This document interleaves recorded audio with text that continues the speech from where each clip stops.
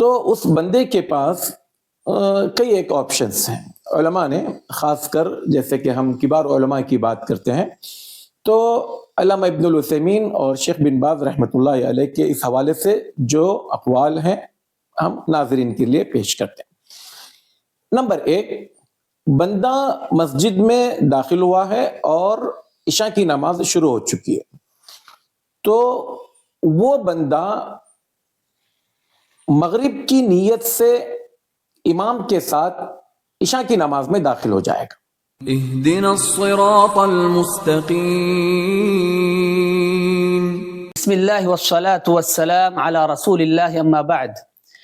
شیخ، ہمارے ناظرین میں سے نعمت اللہ بھائی نے سوال پوچھا ہے کہ ایک بندہ عشاء کے وقت مسجد میں داخل ہوتا ہے یا عشاء کی نماز شروع ہو چکی ہے اور اس نے مغرب کی نماز نہیں پڑھی ہے، تو اب اسے کیا کرنا چاہیے؟ مغرب پڑھ کے عشاء پڑھنا ہے یا پھر عشاء پڑھنے کے بعد مغرب پڑھنا ہے؟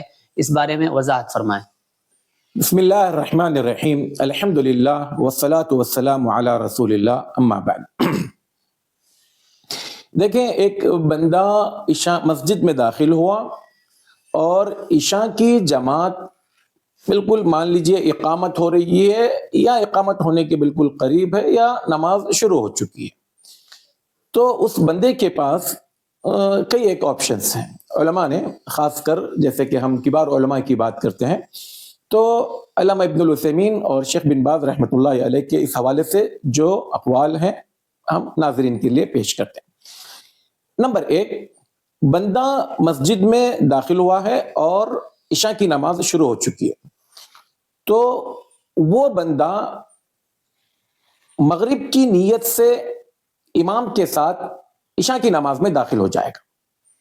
یعنی امام کی نیت یا امام کی نماز عشاء کی ہے اور یہ بندہ جس نے مغرب نہیں پڑھا، چونکہ اصول یہ ہے کہ بندے کو اپنی نمازیں ترتیب سے پڑھنی چاہیے.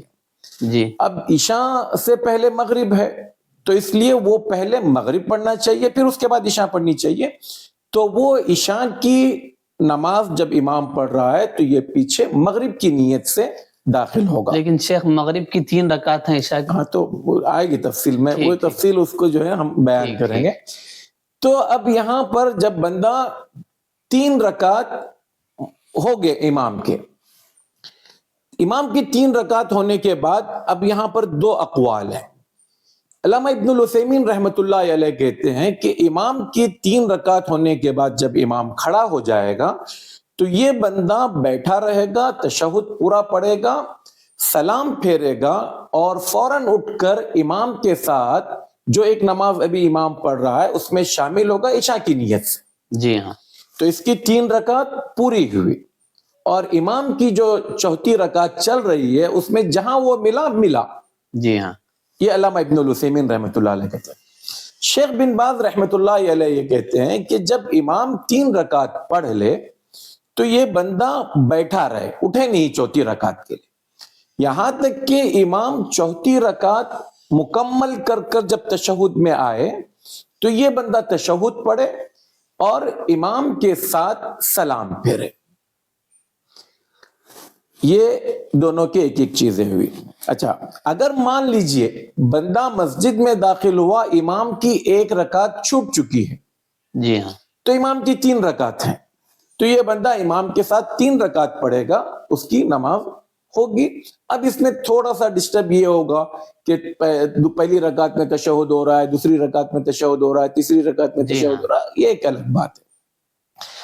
اچھا، اس کے علاوہ یہ سب سے بہتر قول علامہ ابن العثیمین رحمۃ اللہ علیہ کہتے ہیں کہ یہ طریقہ اپنایا جائے. اب اس میں ایک طریقہ یہ بھی ہے کہ بندہ امام عشاء پڑھ رہا ہے، آپ مغرب کی نماز پڑھیں اور امام کے ساتھ جا کر عشاء کی نماز میں مل جائیں، انفرادی طور پر مغرب انفرادی طور پر. جی ہاں، لیکن یہاں پر ایک حدیث یہ ٹکراتی ہے کہ ایک مسجد میں جب جماعت ہو رہی ہو تو آپ کوئی نماز باہر نہیں پڑھیں. جی ہاں، خامخواہ لوگوں کے ذہنوں میں بھی شکوک و شبہات ہوں گے. ایک ساتھ 2 نمازیں نہیں ادا کی جا رہی، جماعت نہیں ہوگی، آپ انفرادی پڑھیں، اجتماعی پڑھیں. لیکن پھر بھی بعض یہ کہتے ہیں کہ آپ اگر مسجد کئی ایک فلور کی ہے، سمجھے، اوپر جا کر کہیں پڑھ کر آتے ہیں تو یہ بھی آپ کا ایک طریقہ ہے.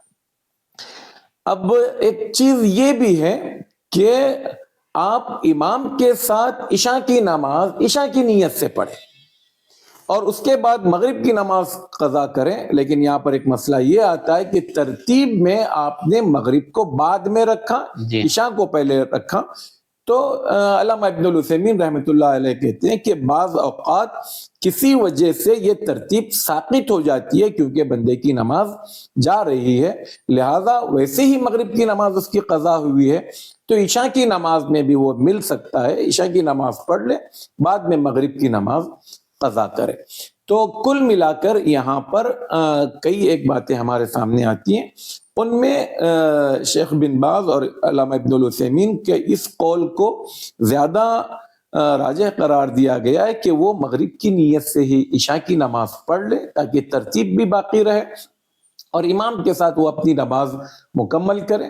اب یہاں پر آپ کو اختیار ہے تیسری رکعت کے بعد چاہے تشہد پڑھ کر سلام پھیر کر آپ چوتھی رکعت میں عشاء کی جماعت کی کچھ حصہ بھی آپ کو مل جائے تو آپ کے لیے ٹھیک ہے، ورنہ علامہ بن باز رحمۃ اللہ علیہ کے قول کے مطابق آپ بیٹھے رہیں اور امام کے ساتھ سلام پھیریں. جزاکم اللہ خیر. ماشاءاللہ شیخ نے دلائل کے ساتھ اس کا جواب دیا ہے تسلی بخش. فجزاکم اللہ خیر واحسن الجزاء. والسلام علیکم ورحمۃ اللہ وبرکاتہ. کہ صراط مستقیم کا جو چینل ہے ماشاءاللہ معتبر ہے، میں نے بھی اس کی کئی کلپ سنی، بہت دلائل دیتے ہیں، بہت تفصیل کے ساتھ مسئلے کی وضاحت کرتے ہیں، اس لیے مجھے یہ چینل پسند آیا. میں آپ سے بھی ریکمینڈ کروں گا، سفارش کروں گا کہ آپ بھی اس چینل سے فائدہ اٹھائیے. اللہ تعالیٰ آپ کو جزائے خیر دے.